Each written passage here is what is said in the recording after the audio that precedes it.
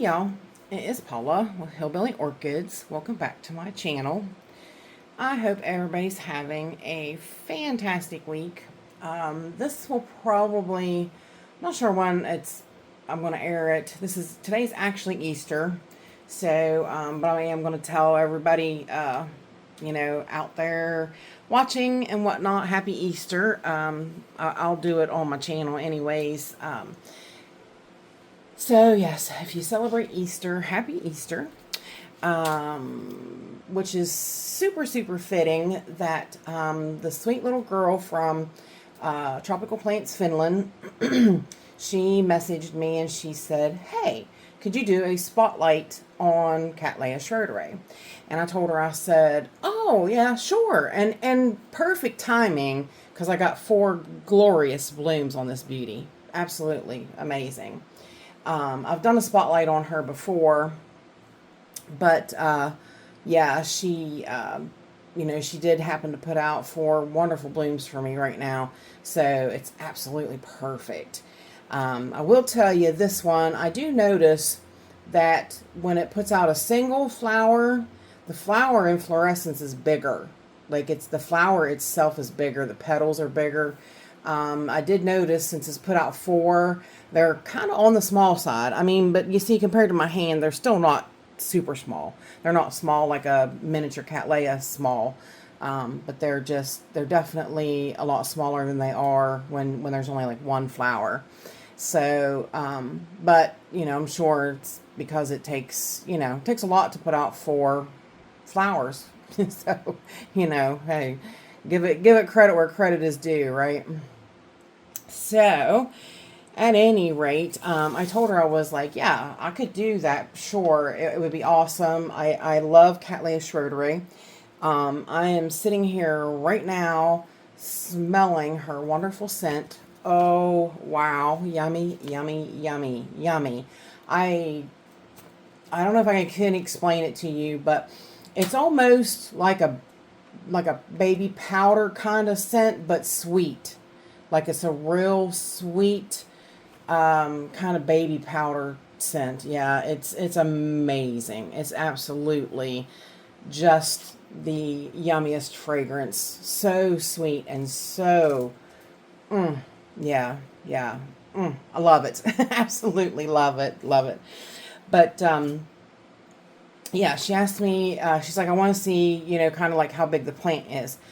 Honestly, the plant's pretty good size, and as you can see, it's a rambler kind of, not as bad as some Cattleyas though, but you of course can see that she's a unifoliate, so but they do get they get relatively big. You can see compared to my hand.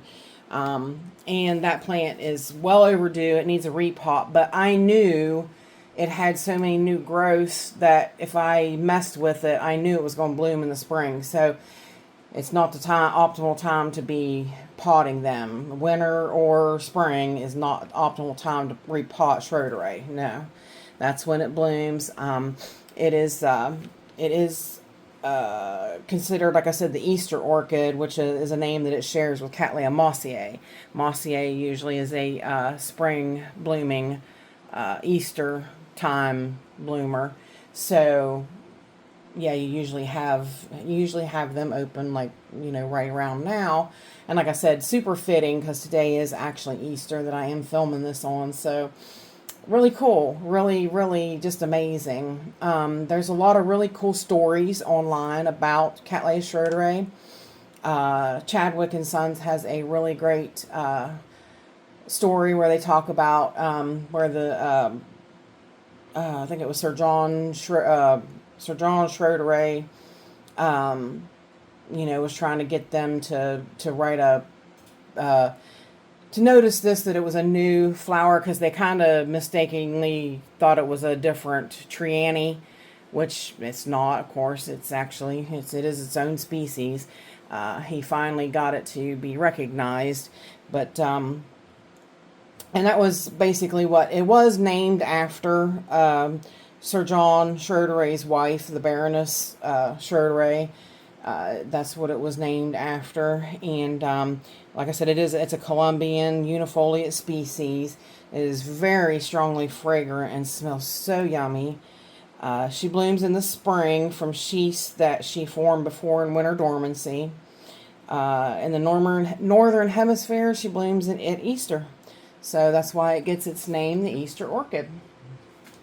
But basically, in my care, basically what she gets is she gets my Jack's 2-part fertilizer. Like I said, right now, you know, I'm up on the numbers a little bit. My mix is more like 180 parts per million for a total mix of the Jacks. It'll go up to about 200 for summer,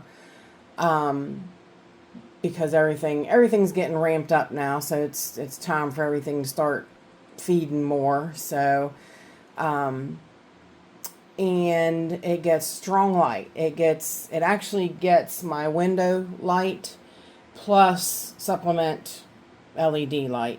So she takes a decent amount of light.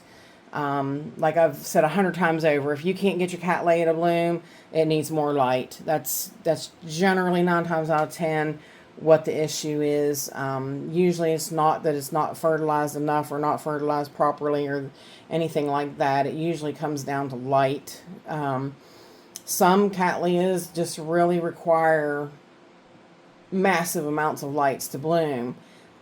This one's not, I mean, it's not, I've got ones like my Lobata. That one's worse. That one requires being right up under the grow star, in order for it to bloom. So this one's not quite that bad. Like I said, it blooms under my Walmart LED, but it does get supplemental light from my window. So, that is a decent amount of light for a Cattleya. And basically, I mean, you know, my grow space, they like higher humidity. They like warmer temperatures. They do kind of lay dormant during the winter. I always water mine every other week in the winter anyways. So they do kind of like be a little drier during the winter. So that's kind of like their winter dormancy kind of thing. So, I mean, but they do still get watered. You know, they get some amount of water in the winter and fertilizer. So, yeah. But basically, generally, it loves my summertime temperatures here. When it gets hot and humid in here in the grow space, it's at its happiest. That's its best growing time, is during the summer when it's just, yeah, hot as can be and humid as can be. They definitely love it. So they are a hot, humid, nice growing Cattleya, and I love this one. I'm actually, after she blooms, I am going to up pot her, because she is, like I said, you can see those blooms are hanging over the pot. So, yeah, the little girl from Finland, she was like, I wanted to kind of see how big it is. It is a pretty good sized plant. If you can tell, it takes up my whole table, and it takes up my Jack sign, which is about 3 feet, 2.5, 3 feet. And you can see tip to tip, she's out there. So she's not small. She's not compact. I do have to train her pseudobulbs a lot with wire, because her pseudobulbs tend to want to grow out and grow straight. Of course, they kind of do that when a Cattleya gets this big. What happens is that the new growths coming up are being really shaded by the plant. So they kind of want to grow straight out and then up once they get more light. You know what I mean? So they're shaded, so they're reaching out to grab for light any which way they can. So when they do that, they wind up putting out straight pseudobulbs. So I usually take a piece of the foliar or wire, aluminum wire, and I, you know, tie it to another pseudobulb and try to start it on its path straight up. This one is one that I do have to do that a lot with. Basically train the bulbs. It's one that definitely you have to train the bulbs on, because it will tend to be sticking straight out, which takes up a lot more space. So definitely training it to go up is a better position for this plant. But yeah, really, really pleased with this one's progress this year. These are just absolutely gorgeous blooms. And, oh, I just wish we had smell-o-vision, because you guys would just be drooling right now. Seriously. Drooling. So, let's get a closer look here at these guys. I think I got the light on. It looks like it's shadowing a little bit, though. But, I'm pretty sure the light is on. Yeah, the light's on.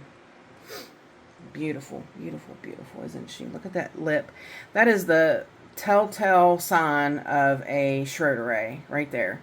You got that little bit of line that's pink, purple. Then you've got that orange ring, and then you've got that purple ring on the outside, and then light frilly purple on the very ends. That's just schroederae. 100 times over. So if you ever see a plant that looks similar to that, chances are it's got schroederae in it somewhere. It is across somewhere along the line. But as I told you, you can see that lead is definitely growing over the pot. She kind of is going that from two different directions, because if you see back here as well, she's a little bit more starting to go out of the pot back there.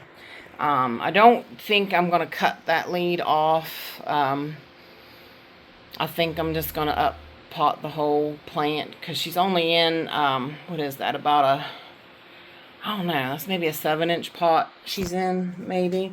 So it's going to take quite a bit to handle this overhang, because I think once the blooms are done, they'll start rooting. So yeah, but and if I back up and really give you a perspective of how big it is, that plant is huge. It does take up the whole jack sign. So, but I don't mind. No, hands down, I wouldn't have it any other way. She is wonderful.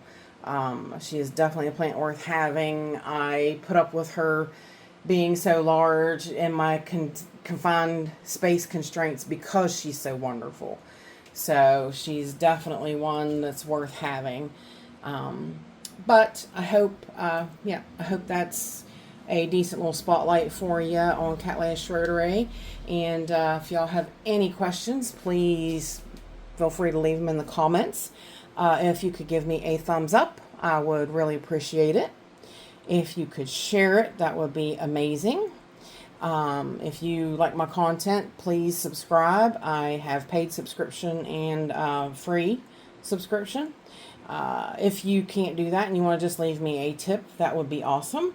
It will go towards one of my many projects coming up here in the grow space.